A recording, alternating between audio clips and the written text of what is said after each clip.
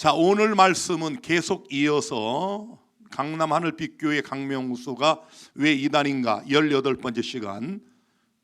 먼저 하나님 말씀은 디모데전서 1장 15절. 미쁘다 모든 사람이 받을 만한 이 말이여 그리스도 예수께서 죄인을 구원하시려고 세상에 임하셨다 하였도다. 다 같이 죄인 중에 내가 괴순이라.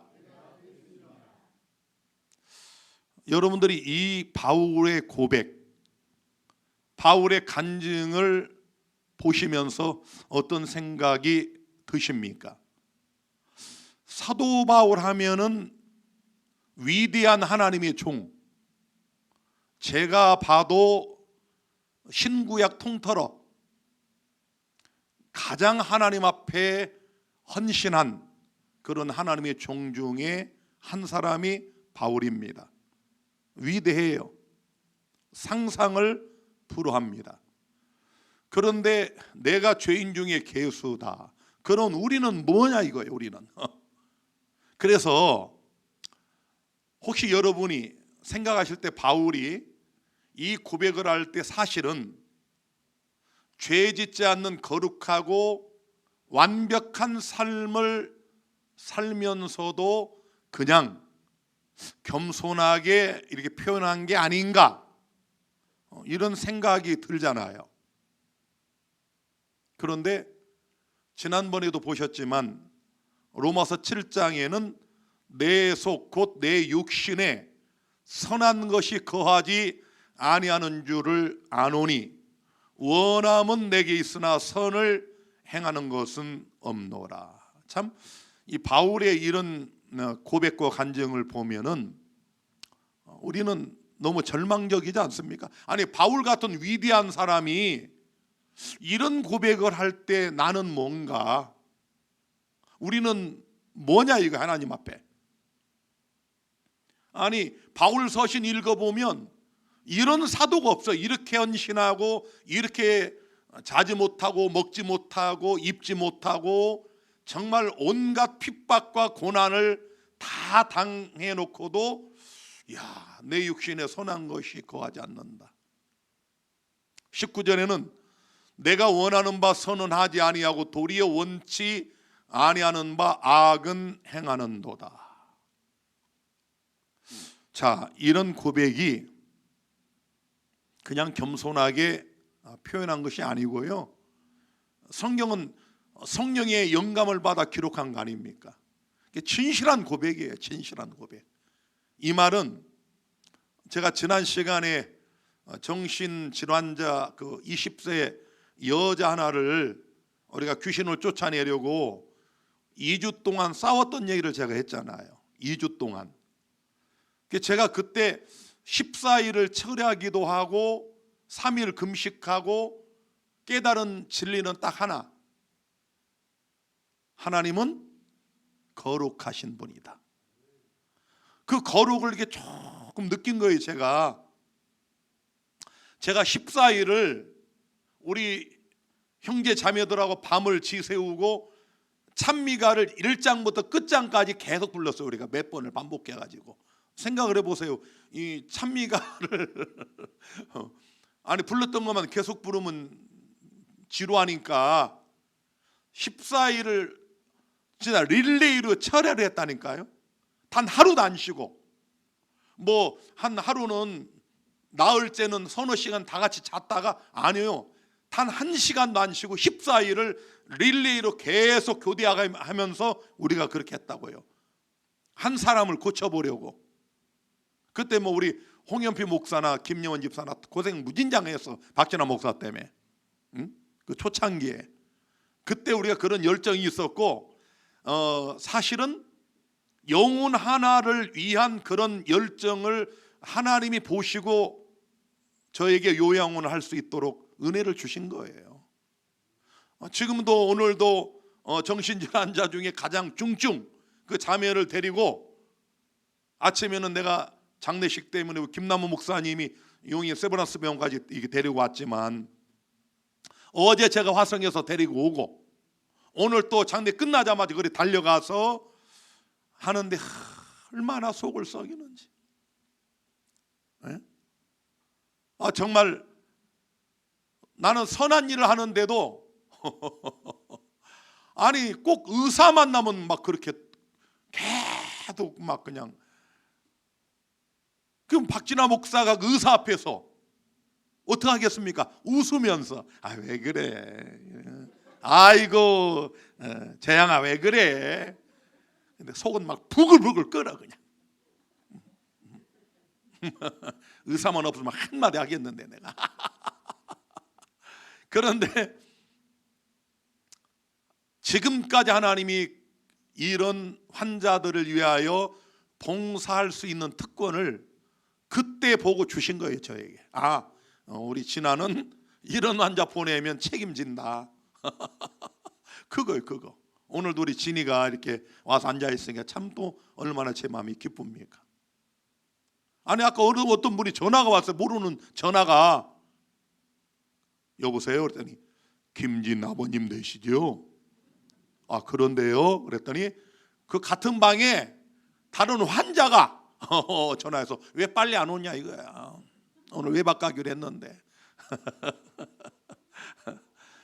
그래서 저는 그때 20세 처녀 하나를 고치려고 14일 동안 정말 그 잠을 안 자면서 금식하면서 하나님이 그걸 보시는 거예요. 그걸 우리 열정을 보시는 거예요. 박진아 목사가 거듭나자마자 핸드마이크 들고 혼자 남산에 올라가서 18살짜리 고등학교 2학년 학생이 예수님 곧 재림한다고 외치고 다닌 거예요. 남산 가서. 하나님이 그때 박진아를 본 거예요. 쓸만하구나. 하나님은 그런 우리 헌신과 희생과 믿음을 귀하게 보십니다. 귀하게. 우리 아버님이 우리 지난 안식일에도 제가 다른 때는 잘 꼬시면 따라오셨는데 죽어도 교회 안 간다는 거예요. 참 우리 아버님 위해서 기도 많이 해주세요. 참 걱정이 태산입니다. 우리 아버님이 왜 저렇게 95세까지 장수하실까? 왜? 은혜의 기간을 주시는 거예요. 준비하라고. 왜?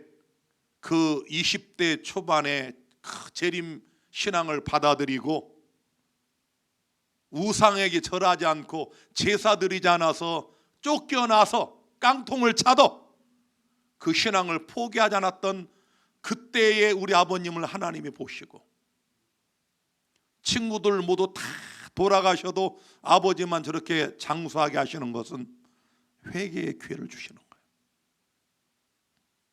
그래서 저는 그때 그 자매를 위해서 14일 동안 2주 동안 철야를 하면서 예수님의 거룩을 진짜 이게 다 느껴지더라고요. 그 오줌을 한강물처럼 싼 데서 제가 옷이 다 젖어가지고 그냥 그 자리에서 계속 울면서 기도를 하는데 예수님의 거룩이 조금 보이더라고요. 예수님이 그러신 분이에요. 이런 거룩한 하나님을 만나지 못한 사람들은 이 바울의 간증을 이해 못하는 거예요. 그래서 갈라디아 6장 14절에 내게는 우리 주 예수 그리스도의 십자가 외에 결코 자랑할 것이 없으니 그리스도로 말미암아 세상이 나를 대하여 십자가에 못 박히고 내가 또한 세상을 대하여 그러하니라. 그 사도행전 561페이지 제가 써놨죠. 거기에 인용된 거예요. 지난번에 고의로 죄를 짓는 것보다 차라리 목숨을 내어줄 만큼의 이런 하나님과 가장 가까이 살았던 사도와 선지자들도 자신들의 본성 안에 죄악이 충만함을 고백하였다. 그 말씀 이어서 나오는 이 성경 구절이에요. 다 같이 시작. 내게는 우리 주 예수 그리스도의 십자가 외에 결코 자랑할 것이 없으니. 이 바울의 고백이 우리 모두의 고백이 되기를 바랍니다. 죄짓지 않는 거룩한 삶을 살고 있다고 자부하는 이런 완전주의자들을 향한 강력한 경고가 있어요. 아니, 그런 분들 지금 우리가 만나보고 있잖아요.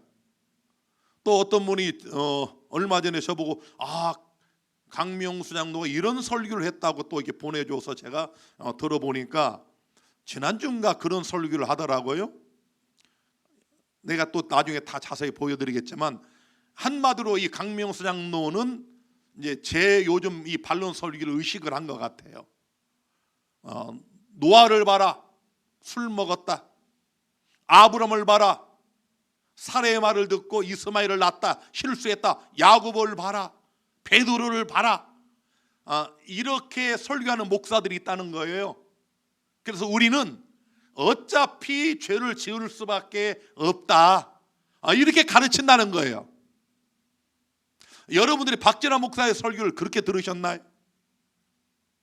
아니, 여러분, 노아가 술 먹고 빨개 벗고 있었다, 그러므로 우리도 술 먹어도 된다는 겁니까? 아니잖아요. 이렇게 위대한 당대의 완전한 사람, 하나님과 동행한 사람도 실족할 수 있다, 이런 경고를 주시는 게 우리에게 이런 교훈을 주는 거예요.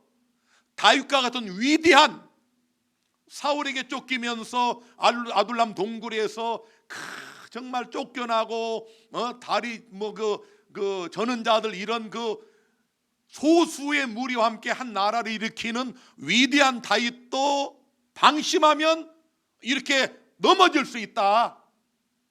아니, 이렇게 제가 설교를 하는데, 저 완전주의자들은 승리의 복음이 뭐냐?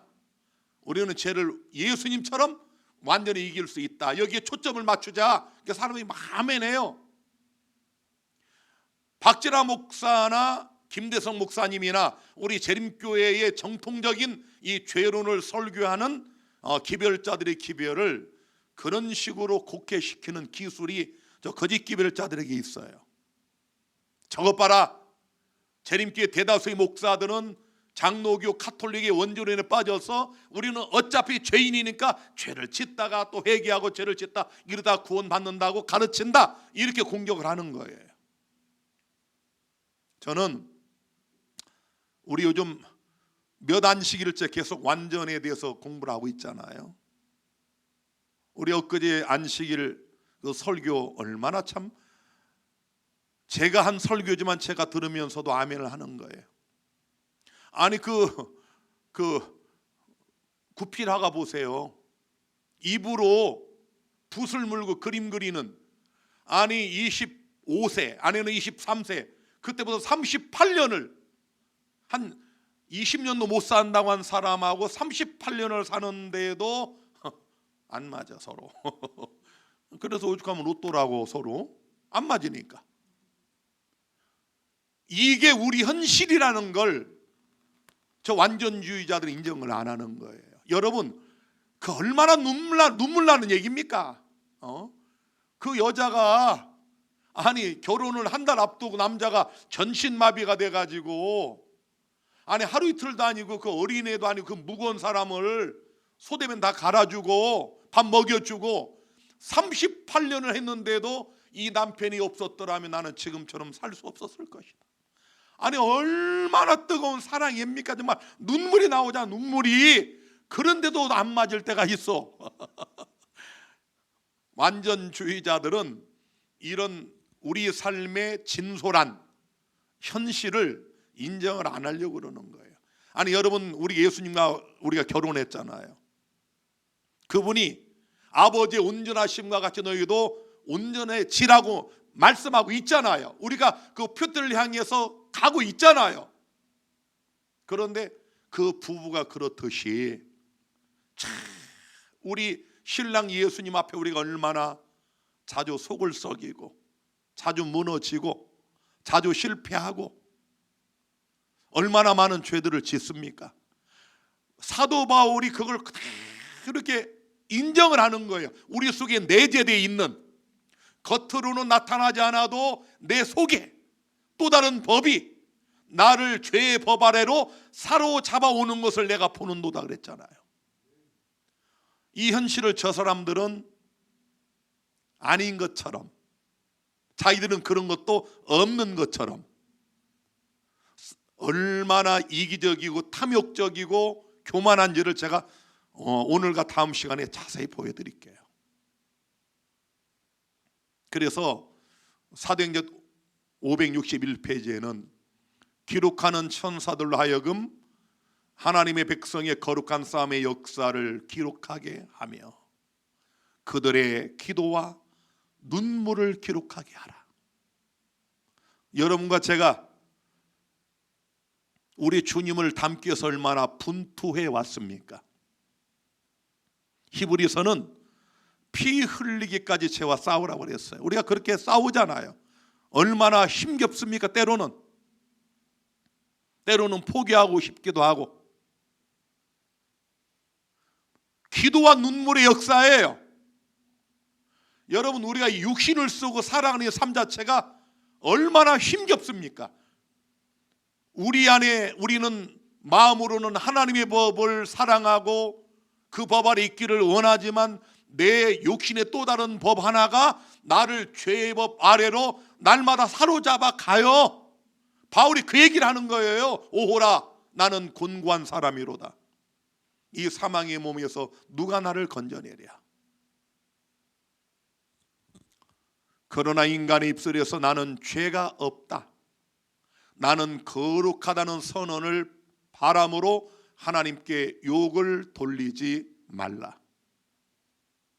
성화된 입술은 결코 그와 같은 참남된 말을 바라지 않을 것이다. 이야, 이런 말씀을 저 완전주의자들은 못 본 척 지나가는 거예요. 참 기가 막히지 않습니까? 명명백백한, 목사님 나는 거듭난 후에 큰 죄는 진 게 없는 것 같습니다. 야, 어떻게 이런 말을 합니까, 장로가?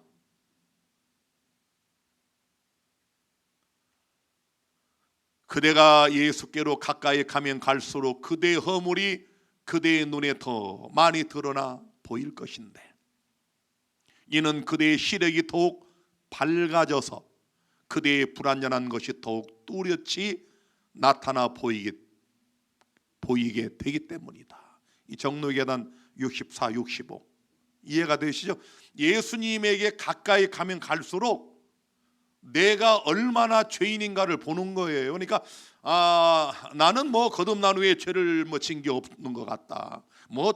아니 장로님, 정말 장로님 이렇게 뒤돌아보면 하나님 앞에 양심에 가책되는 거 없습니까? 이렇게 물었더니 글쎄요, 부끄러운 게 조금 몇 개 있을지 몰라도 죄진 건 없는 것 같습니다. 왜 그래요? 거룩하신 예수님 앞에 가까이 가질 못해서 그래요. 예수님이 누군지를 모르는 사람들이에요. 이론적으로는 알아요.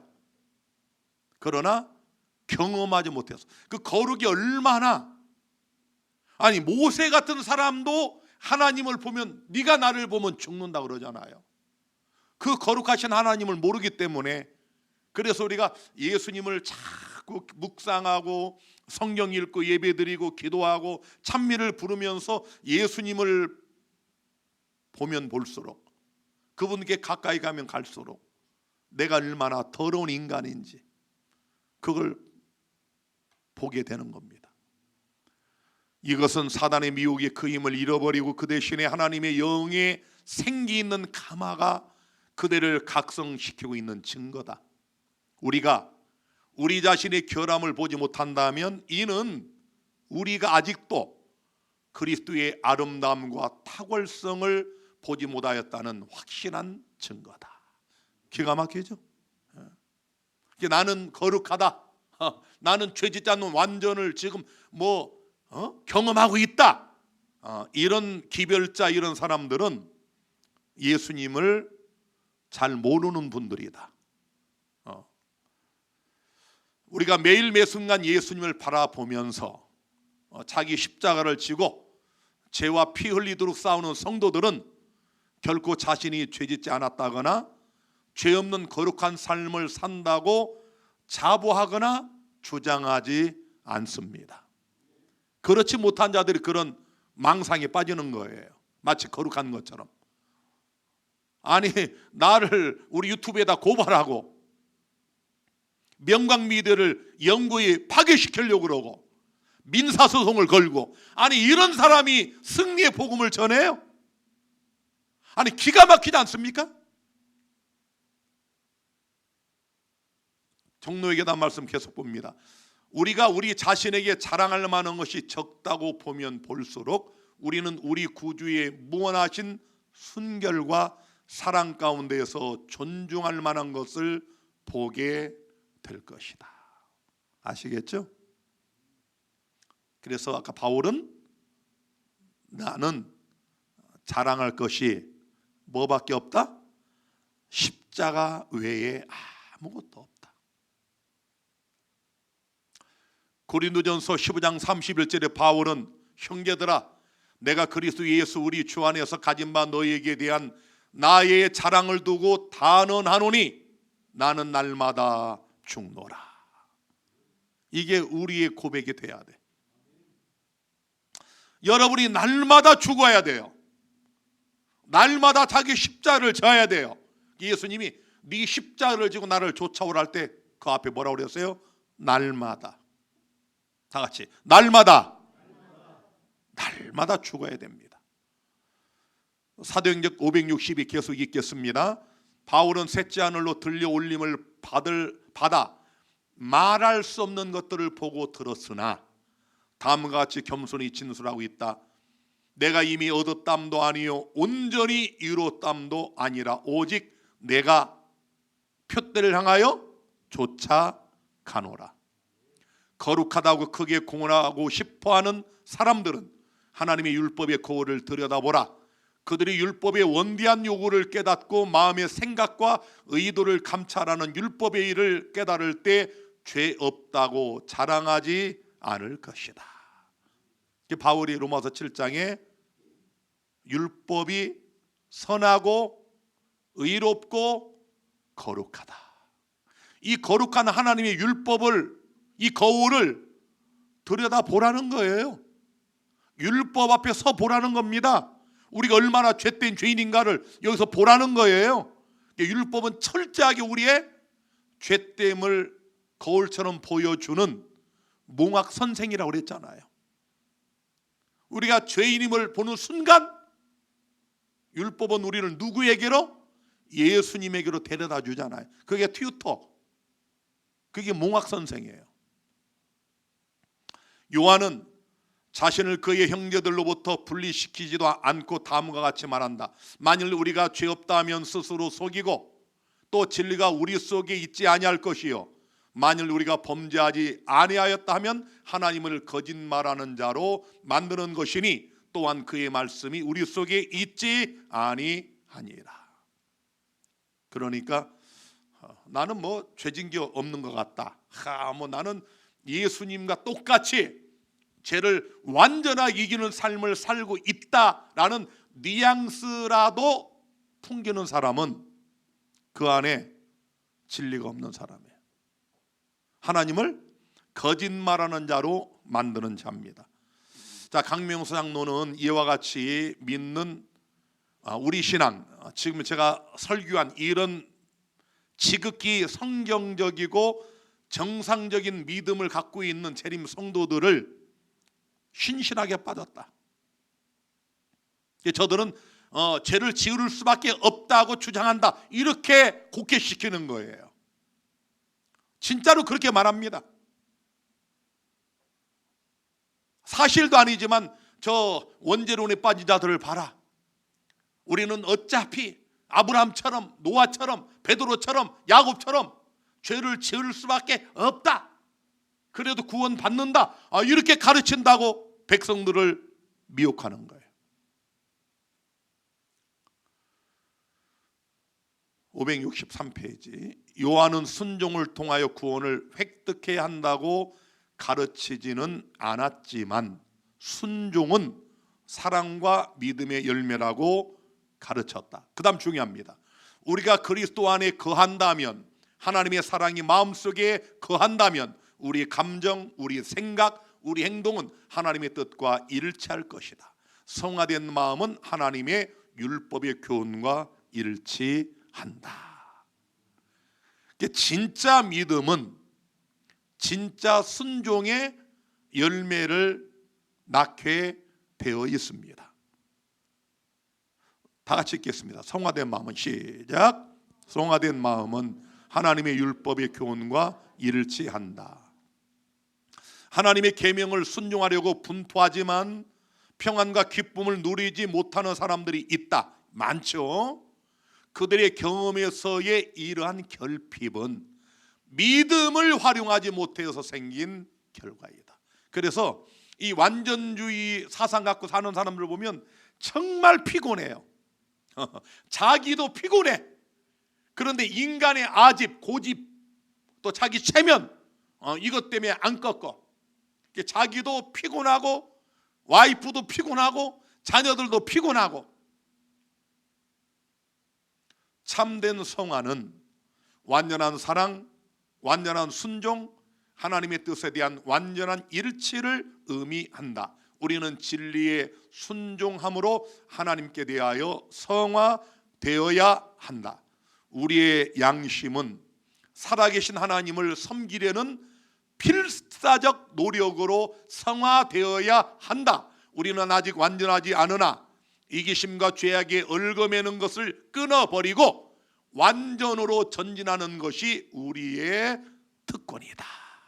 야, 참 영감의 펜의 기록입니다. 참, 앞으로 표대를 향하여 전진하는 것이 우리의 의무다라고 하지 않고 특권이다. 그 다음에 더 놀랍습니다.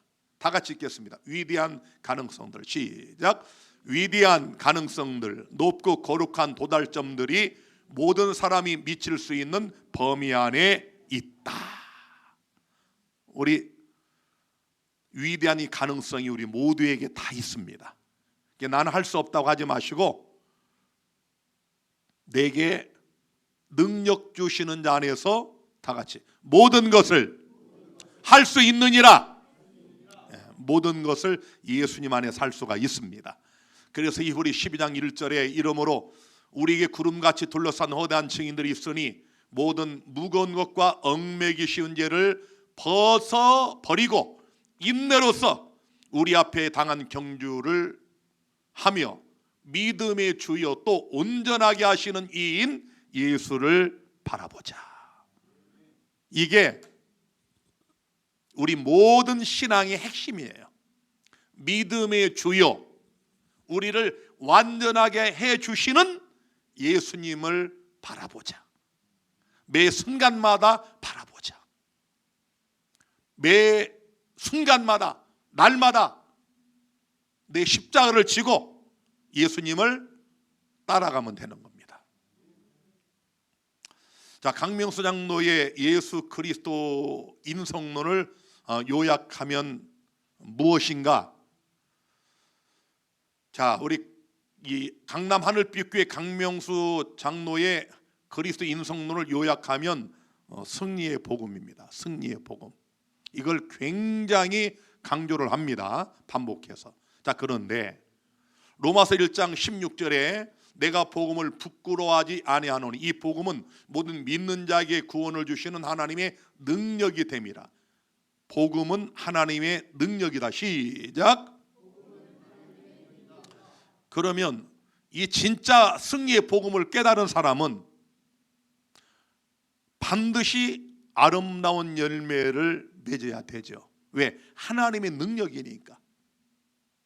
또 살전 1장 5절에 이는 우리 복음이 말로만 너에게 이른 것이 아니라 오직 능력과 성령과 큰 확신으로 된 것이니 우리가 너희 가운데에서 너희를 위하여 어떠한 사람이 된 것은 너희 아는 바와 같으니라.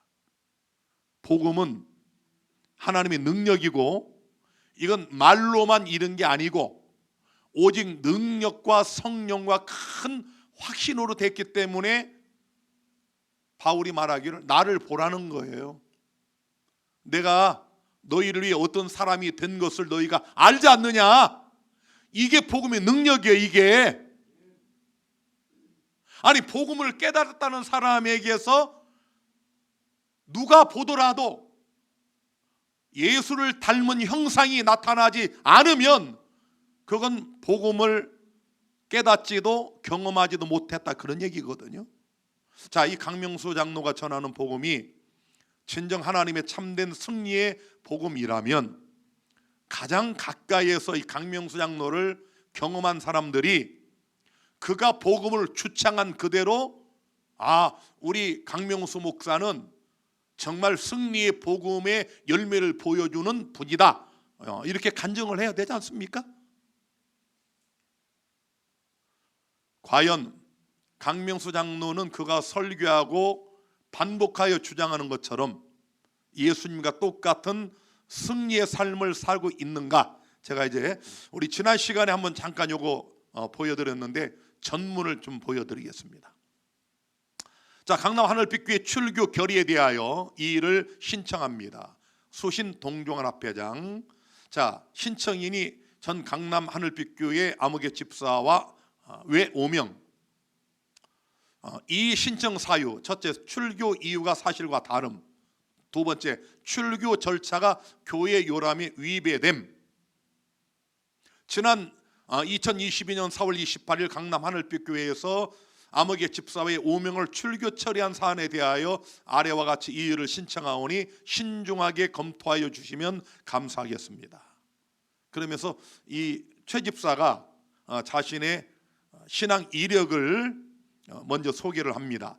유교 집안에서 태어났고 대학교 2학년까지 조상을 모시며 살았고 1989년에 기독교 복음 침례, 쉽게 말하면 구원파 입교하여 15년간 신앙생활을 하다가 교회 내에 실망스러운 일이 발생하여 워치만 이 계열의 지방교회 13년을 거기서 생활했는데, 이 지방교회 교인들은요 구원파도 참 어려웠죠. 제가 구원파 목사를 그때 8명 9명하고 우리 교회에서 공개 토론한 거 기억납니까? 이제 우리 분일교회에 있을 때 그때 제가 그 한 8명 9명 때 일로 붙었거든요. 그분들이 나중에 한 시간 되니까 처음 박진아 목사님 그러다가 한 30분 지나니까 박 선생 그러다가 한 1시간 지나니까 박진아 씨 막 그래가지고 교인들이 그때 어떤 자매가 막 화를 내고 그랬잖아요. 토론에서 그렇게 하면 그건 진 거거든요. 원장로님, 어렸을 때 싸우다가 뭐 들면 진 거예요. 돌멩이 들면 진 거 끝난 거예요. 이렇게 싸우다가 돌 들면 너 졌다 그만해, 그러니까 말리는 거예요. 그러니까 공개 토론하다가 화를 내거나 그러면 그건 박진아 목사님 하다가 박진아 선생, 박진아 씨 한 건 막 감정이 들어가는 거거든요. 자기들이 성경을 안 되니까 마귀가 분노하는 거거든요. 그런데 이 구원파도 참 어렵지만 저 지방교회 참 저분들도 아주 힘든 분들이에요. 지금도 제가 시내 다니다 보면 그분 다니더라고. 그 의료원에 있었던 그 지방교인 한 분, 지독한 분이 있잖아요. 저분들은 무슨 기독교 침례 이런 게 없어요. 그냥 안성교회, 천안교회 이렇게 이름을 붙여놔요. 난 참 그분이 거기하고 토론을 하는데 우리 교인들 몇 명 앉아 있고, 자 먼저 말씀하시죠. 그러면 자기가 한 10분 동안 쭉 얘기를 해요. 그럼 내가 다들 그렇습니까? 자 이제 제가 제 차례죠. 10분 동안 말씀드리겠습니다 하고 이렇게 쭉 반론을 하면 그 즉시로 눈을 감아요. 그리고 내가 10분 동안 자 그러면 안식일이 이렇게 쭉 얘기하면 혼자서 나는 지금 얘기하고 있는데 그 내가 아니 선생님 아니 제 말 들으시는 겁니까? 예 듣습니다. 말씀하세요. 자 그러면 7째 날이 무슨 요일이냐? 이게 성경에 가면 또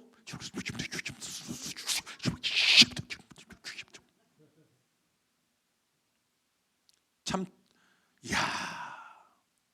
그건 신앙의 가장 기본도 모르는 분들이에요. 자기는 10분 동안 다 말하고 나는 고개도 끄덕끄덕 들어주고 내가 얘기하면 눈 감고 혼자 하면 가끔 또 뭐 이래요. 지독한 사람들이 저 지방 교인들이에요. 내가 경험해 봤어요. 자, 이런 데 있다가 인터넷에서 유튜브에서 강병 목사와 손계문 목사의 다니엘 계시록의 강의를 듣고 이제 그 다음에 한 여집사의 소개로 2017년에 진례불교회로 잠입을 해가지고 김대성 목사님을 도와주고 있었던 강명수 장로를 만납니다. 그리고 이 부부와 두 아들이 김대성 목사님께 침례를 받고 재림교인이 됐어요. 그리고 2019년 이 강명수 장로가 진례불교회에서 나와서 김대성 목사님을 배신하고 나와서 새로 교회를 시작할 때 그때부터 쉽게 말하면 강남 하늘빛교회 개척할 때부터 열심히 일해가지고 그분의 아내는 여수석 집사, 이분은 재무, 아무나 재무 맡기지 않습니다. 절대로. 이분들이 얼마나 헌신했는지 아시겠죠. 자, 그런데 강명수 목사의 가르침과 교회 운영의 문제, 예수님의 인성에 대하여 재림교회는 대체로 인간이 타락하기 전 인성을 가지고 오셨다고 가르치고 있으나 강 목사는 재림교회 소수가 믿고 있는 예수님이 인간 타락 후에 현재 우리와 똑같은 인성, 이건 이제 죄 있는 인성인데 그 얘기는 안 쓰고 똑같은 인성을 가지고 성육신하셨다고 가르치고 있습니다. 이것을 근거로 예수께서 타락 후 인성을 가지고 온전히 승리하신 것처럼 우리도 성령을 의지하여 죄에 대하여 온전히 승리할 수 있다고 가르칩니다. 그런데 일단 자신이 죄를 짓지 않으려고 선택할 때 성령이 도와주신다는 것이 강 목사의 가르침이었고, 저는 그 선택도 성령이 도와주셔야 할 수 있다고 생각했기 때문에 이 부분에서 강 목사의 가르침에 동의가 되지 않았습니다. 이분 말이 맞아요. 성령이 도와주시는 것도 우리가 선택을 해야 하는 게 아니고 그조차도 회개도 우리가 하는 게 아니거든요. 하나님이 도와주시는 거거든요. 성령을 통해. 자, 그런데 어쨌든 그리고 강 목사는 수시로 강남 하늘빛교회를 떠나면 어떤 재림교회에 가서도 버티지 못할 것이라고 말하면서, 잘 보세요 여러분, 본교회 교인이 다른 재림교회로 가는 것을 허락하지 않는 분위기였습니다. 제가 그동안 반론할 때 얘기한 거 하나도 틀리지 않죠. 왜 그럴까요? 이 강명수 장로가 왜 강남 하늘빛교회를 떠나서 다른 재림교회 가는 걸 거기가 못 버틴다, 왜 이렇게 할까요? 왜? 궁금하죠. 잘 보세요. 다른 재림교회는 원죄 복음을 가르치기 때문에 죄를 극복할 수 없으므로, 그렇죠, 아까 제가 얘기했잖아요.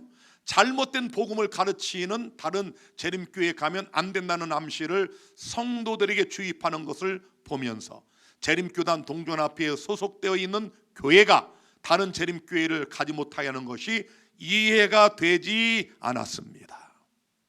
여러분이 한 가지 아실 것은 이 최집사와 박진아 목사는 일면식도 없어요. 저는 비로소 얼마 전에, 2달 전인가, 그때 이분하고 첫 통화를 해서 알게 됐지. 그러니까 이분이 벌써 2년 전인가요? 이때 나올 때 쓴 글이니까 제가 여러분에게 이 강명수 장로에 대하여 설명한 것이 하나도 틀리지 않죠. 우리 다른 재림교회 목사들은 저 카톨릭 장로교의 원죄 복음을 가르치기 때문에 죄를 극복할 수 없다고 한다. 거짓말 아닙니까? 거짓말이잖아요. 자, 보세요. 그리고 종종 자신이 전하는 이 기별은 다른 목회자들이 전할 수 없기 때문에 자신의 지도와 가르침을 따라야 된다고 말을 합니다. 그러니까 교인들은 강남 하늘빛교회는 재림교회 안에 독립된 교회 같은 느낌을 갖고 있는 것이 사실입니다. 왜 그럴까? 이분도 몰라요. 저는 정확히 알고 그 역사적 증거를 보여드리겠습니다. 이 강명수 장로의 이런 사상이 어디서 나왔을까? 어디서 연유했을까? 2012년 4월 12일 고 강병국 목사 밑에서 20년 동안 충성을 다하던 이 강명수 장로가 이제 재정 문제, 돈 문제 때문에 강병 목사와 이제 분쟁이 일어나고, 그러면서 김대성 당시 연합회장님과 당시 이재룡 지회장에게 편지를 씁니다. 그대로 보여드릴게요. 제가 시간 관계상 다는 못 보여드리고 D 김대성 한국연합회장님과 이재룡 주회장님께 드리는 부탁의 말씀, 제가 나중에 다 보여드릴게요. 강병훈 목사는 미국 경제가 몰락하는 시점부터 재림의 시기를 매우 급박하게 강조해 왔는데, 얼마 전부터는 2년 안에 예수께서 재림하실 것이라는 사실을 공공연히 말하고 있습니다. 참 기가 막힙니다. 제가 저분을 89년 90년에 만나서 그때 계산한 게 1996년이었거든요 1월 시험령이. 그러니까 여전히 그런 이단적 사상을 못 버려요. 왜? 안 맞아도 자기는 손에 하나도 안 묻나니까. 왜 그런지 아세요? 보세요. 본보 이 사진도 예수께서 오실 때가 매우 가깝다는 사실을 마음 깊숙이 믿지만, 시기를 정하고 재림교회의 타락을 강조함으로써 새로운 구도자들을 재림교회로 보낼 수 없다는 분리주의 교리는 결코 받아들일 수 없기에 개혁을 시작한 것입니다. 이 위선 덩어리 보세요. 아니 이때는 이렇게 말한 사람이 이 한 7, 80명 자기 사람들이 모이니까 뭐라고 가르쳐요? 저 재림교회 목사들은 원죄론을 잘못 가르쳐서 죄를 이길 수 없다고 한다. 나만이 승리의 복음을 전할 수 있다. 그러므로 우리 강남 하늘빛 교인들이 일반 재림교회 가면 안 된다. 어디서 나와서? 여기서 자기 스승에게서 배운 거. 아니 이것 때문에 개혁을 시작한다는 사람이 똑같은 짓을 반복하는데, 이것뿐만 아니야 어쩌면 그렇게 똑같이 빼닮은 그런 불의한 짓을 하는지 몰라요. 그 이사진들과 돈 문제, 통장 바꾼 문제라든지 나중에 제가 다시 다 말씀드리겠지만 똑같이 지금 생애빛 각 지부는 짐승이 환란이 올 때까지 영혼들을 훔쳤지 집안에서 보는 예배 그룹으로 관리할 것이라고 말하면서 그들을 11시 일꾼이라고 부르고 있습니다. 여기서 무슨 교회가 나왔어요? 손계문의 11시 교회. 기가 막히죠? 여기 지금 이 한국 생애빛 중국 지부 지도자들 그 왼쪽 손 목사님과 판 총무님 오른쪽 중국 감옥에 수감 중입니다. 현재 중국에서는 정확한 숫자를 알 수 없지만 최소한 100여 개 이상의 교회들이 교인 전체가 11금을 생애의 빛으로 보내고 있다고 합니다. 우리 지난번도 보셨죠? 강명수 장로가 생애의 빛에 이렇게 들어오는 분들에게 마지막 사명 계좌로 돈을 보내야 이 사업할 수 있다. 큰 돈 11조는 그리 보내도록 유도한다고 그때 얘기하잖아요. 참 기가 막힙니다. 미국의 경제 몰락 이후에 시기를 정하는 설교가 확산되면서 많은 재림 성도들이 집을 팔아서 바치는 일들이 생겼고, 심지어는 교회 건물까지도 팔아서 생애빛에 자금을 보내는 일들이 생기게 되었습니다. 이런 일들은 재림의 시기를 정하지 않고서는 일어날 수가 없습니다. 중국 생애빛 지도자 4명이 작년에 각각 7년에서 10년형을 받고 감옥에 수감되었는데 그들의 죄목은 불법 출판이었습니다. 자, 시간이 다 됐어요. 자, 역사는 반복됩니다. 배운 그대로. 아니 거기서 고 강병우 목사가 돈 문제 부정을 저지르고 뭐 재림교회와 분리되는 재림교회로 성도들을 보내지 않아서 개혁을 한다고 연합회장님, 지회장님 도와주세요 하고 한국에 와서 진례불교에 들어간 그 사람이 자기 세력이 생기니까. 그게 제가 예언을 했잖아요. 교인들 한 200명, 300명 되면 저 사람은 재림교에서 분리된다. 제가 예언을 했잖아요. 지금 7, 8천 명이니까 가만히 있는 거예요. 우리 여러분과 저는 진리의 반석에 굳게 서서 이런 거짓 선생의 거짓 기별에 속지 않게 되기를 간절히 바랍니다.